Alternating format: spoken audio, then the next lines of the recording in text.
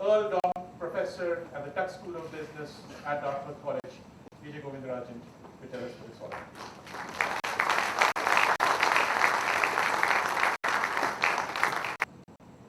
Okay, what is reverse innovation? You see, historically, multinationals innovated in a rich country like the US and sold those products. Can we tone down the volume, please? And sold those products in a poor country like India. Reverse innovation is doing exactly the opposite. It's about innovating a product in a poor country like India and selling those products in a rich country like the US. When you start to think about it, this is completely counterintuitive. Why? Because it is perfectly logical to see why a poor man would want a rich man's product. Rich man is driving a car, poor man wants a car. Rich man has a cell phone, and just like this lady, the poor lady wants a cell phone. But it's not that logical to see why a rich man would want a poor man's product. That's the essence of reverse innovation. And I contend this is perhaps going to define the biggest growth opportunity for all corporations in the next several decades. This is going to change just about every industry, whether it is manufacturing, consumer goods, high tech, energy, healthcare, education, you name it. Let me give you an example from healthcare to drive home the point why a rich man would want a poor man's product. Take a rich country like the US. And what is the healthcare industry in the US? First of all, we spend a lot of money on healthcare. So the cost of healthcare is out of control in the US. But even after spending all that money, our quality is not best in class. And even after spending all this money, we cannot guarantee healthcare to every American. There are about 70 million Americans who are left out of the healthcare system. So the healthcare industry in the US is characterized by very high cost, not necessarily best in class quality, and certainly cannot guarantee universal access. Suppose I tell you there are experiments that are going on in poor countries that are based on ultra low cost healthcare, world-class quality healthcare, and universal access. Would the rich man not be interested? In my research, I have found about 100 such experiments going on in poor countries, which are based on ultra low cost healthcare, world-class quality, and universal access. Let me just share with you 3 such experiments. The first one starts with General Electric. What you are seeing here is the GE's electrocardiogram machine, the ECG machine. ECG, as you know, is the first point of diagnosis for heart attack. And this particular machine was invented by General Electric. This machine, along with the custom printer, would cost about $50,000. This is a very powerful machine. This has saved lives. This has saved millions of lives. And the business model in the US is, if you go to a hospital in the US, there will be typically an imaging center. And in that imaging center, you're going to see a $1 million X-ray machine, a $2 million CAT scanner, a $5 million MR machine, and this $50,000 ECG machine.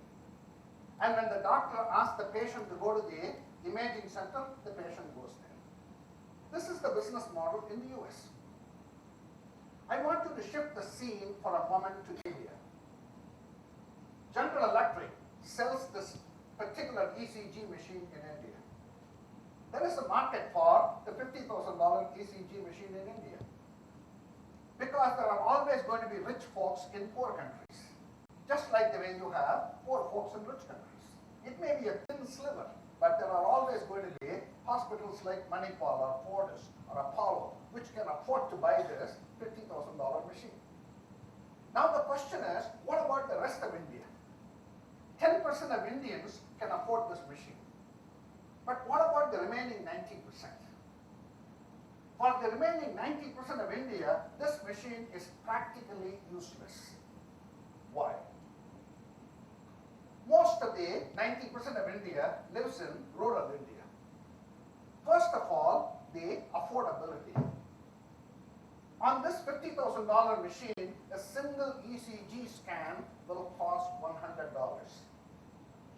In rural India, people make $2 a day. And you can do the math. If I'm making $2 a day, and if somebody is telling me for a single ECG scan, it's going to cost $100, I have got to work for 50 days just to pay for a single scan. That is only to figure out whether I have a real problem where I need to go to the hospital. I want to say forget it. But affordability is not the only reason why this machine is inaccessible and useless for 90% of India. Suppose even in rural India, someone says, okay, I'm willing to pay the $100 for a scan. This machine still is not useful there because in rural India, you don't have hospitals. Because you don't have hospitals, there are no imaging centers. Because there are no imaging centers, you can't ask the patient to go to the hospital. The hospital has to come to the patient. That means somebody has got to take this machine door to door. This machine weighs 300 pounds. If this machine weighs 300 pounds, I can't put it in my backpack and take it door to door. Suppose you manage to put this machine in a bus and take it to a remote rural village. There is another problem. And that problem is, this machine can be operated only on electric current. And as you well know, in rural India, electricity is either unavailable or unreliable.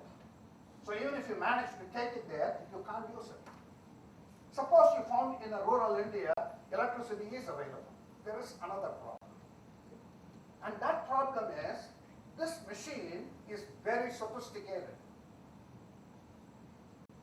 It can be used only by trained doctors. In fact, this machine comes with a 500-page user's manual. In rural India, there are no trained doctors. Practically, this machine is useless for 90% of India. That does not mean 90% of Indians don't suffer from heart attack.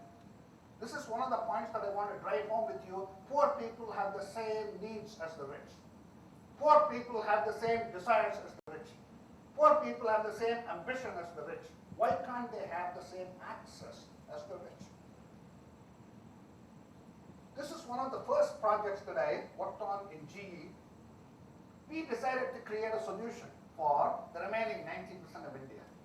And that solution is a $500 ECG machine.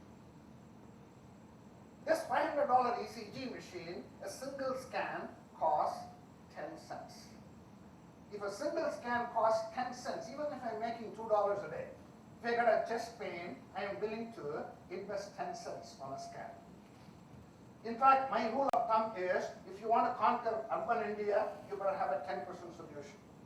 You want to conquer rural India, you better have a 1% solution. That means if a product costs $100 in the US, it better cost $10 in urban India.